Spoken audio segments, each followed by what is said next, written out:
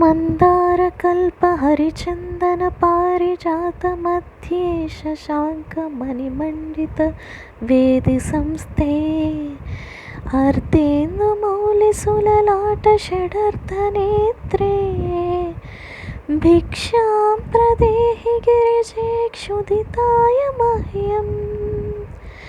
केयूरहारकटाङ्गदकर्णपूरे काञ्चिकलापमणिकान्तलसत्तुकूले दुग्धान्नपात्रवरकाञ्चन दर्विहस्ते भिक्षां प्रदेहि गिरिजे क्षुधिताय मह्यम्।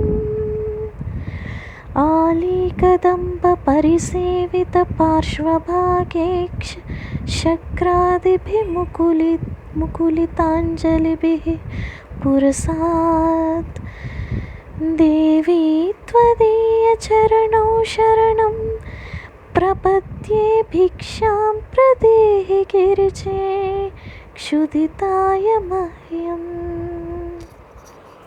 गन्धर्वदेवऋषिनारदा कौशिकात्रिव्यासाम्बरीशकलशोद्भव कश्यपाद्याः भक्त्या स्तुवन्ति निगमागम सूक्तमन्त्रैर्भिक्षां प्रदेहि गिरिजे क्षुधिताय मह्यम्।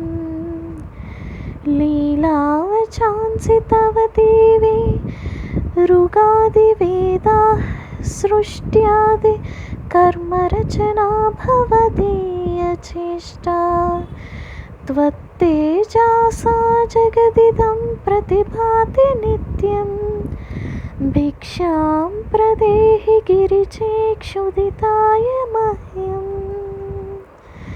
शब्दात्मिके शशिकलाभरणार्धदेहे शम्भोरुरस्थलनिकेतननित्यवासे दारिद्र्यदुःखभयहारिणी का त्वदन्या भिक्षां प्रदेहि गिरिजे क्षुधिताय मह्यम्। सन्ध्यात्रये सेव्यमाने स्वाहा स्वदामि पितृदेव गणार्तिहन्त्री जायासुताः परिजनातिथयोन्नकामा भिक्षां प्रदेहि गिरिजे क्षुधिताय मह्यम्। सद्भक्तकल्पलतिके भुवनैकवन्द्ये भूतेश हृत्कमलमग्न कुचाग्रभृङ्गे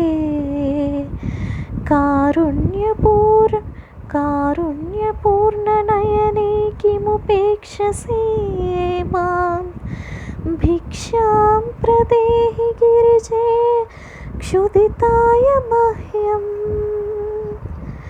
अम्बत्वदीयचरणाम्बुजसंश्रयेण ब्रह्मादयोऽप्यविकलां श्रियमाश्रयन्ते तस्मादहं तव नतोऽस्मि पदारविन्दं भिक्षां प्रदेहि गिरिजे क्षुधिताय मह्यम्।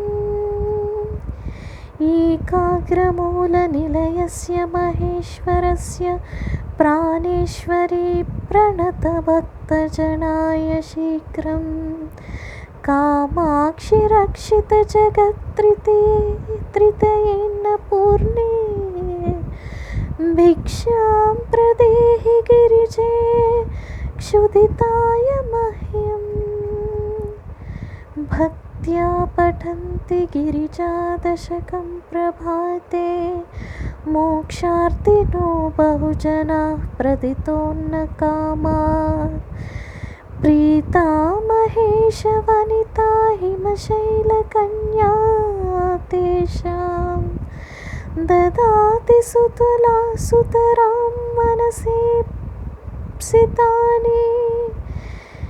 इति श्रीशङ्कराचार्य विरचितम् अन्नपूर्णादेवी స్తోత్రం.